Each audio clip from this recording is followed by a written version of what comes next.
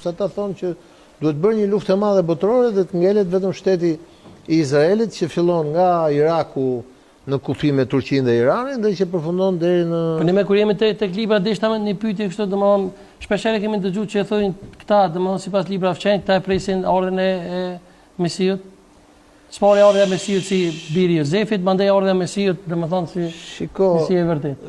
Shiitët presin imamin e 12, sunitët presin Mediun, ata presin Mesian, djalin e këtij, djali e tij.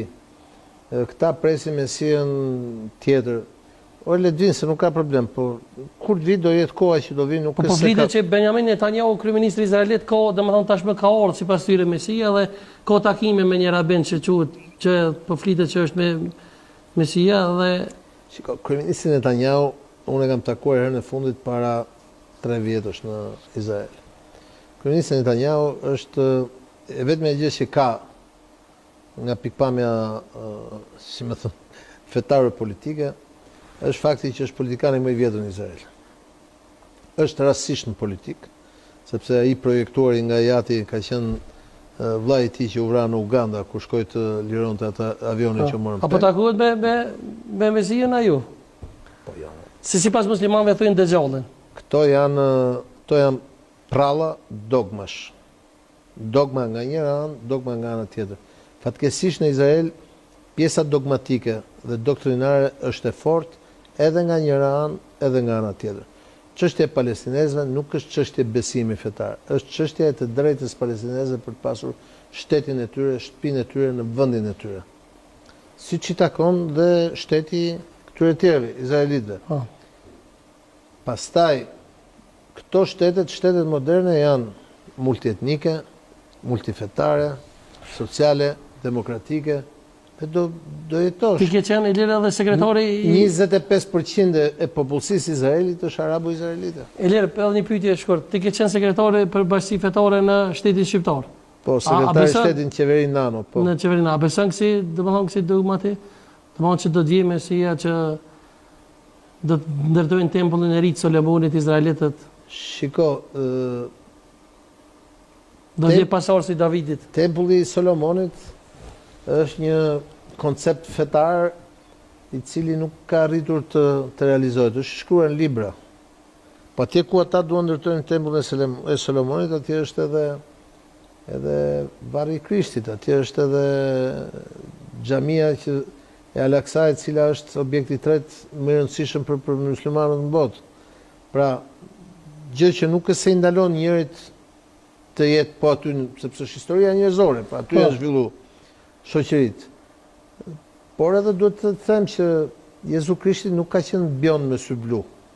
Edhe ai zeshkan, siç janë banorët e atij territori ka qenë. Edhe hebrejt vendor, nuk se janë, bjon me sy blu apo një. Edhe ata ngjashëm, unë shpesh ngatrojmë me arabët, pasi flasin edhe gjuhë tjera. Sepse janë vendas aty. Sikundër historitë e besimit janë ato dhe njerëzit besojnë ato që besojnë. Po ti a beson tu? Çfarë besojnë? A beson domethënë që ka menduar kështu domethënë sipas muslimanëve ardha e Dejjallit do të moderë sa më shumë gjak musliman, sipas tyre vjen Mediu, sipas atyre të tjerë vjen Mesia. Deri tani ajo që vjen nga të dyja palët është vjen dhe ikën jeta e njerëzve të pafajshëm. Domethënë ti nuk beson kësi gjëra? Jo, unë besoj në besim, po jo në çmenduri, pra jo në dogm. Në çfarë besimi? Si ka, unë jam në një nga këto besimet monoteiste, unë kam besimin tim. Unë Zotë Kryesurja beson ti? Po sigurisht. Po Zoti nuk ka thënë që merr edhe bëj akte terroriste as nga njëra anë as nga ana tjetër.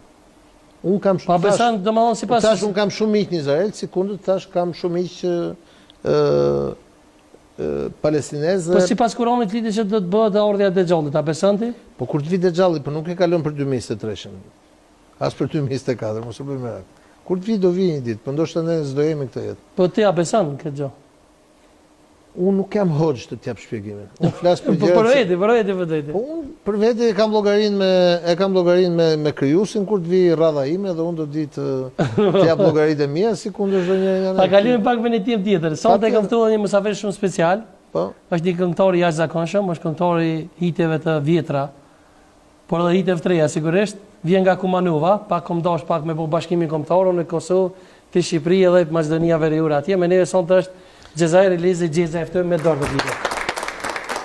Është blok anëherë. Faleminderit shumë çelë. Me ndër qofshit. Unë e quaj Shqipëria lindore. Rama, si. Dorë të vite anëherë po Xheza. Xheza faleminderit shumë çelë. Faleminderit edhe për juve që më keni ftuar në emisionin e juaj. Është emision shumë i shiqshëm. Ka të drejtë.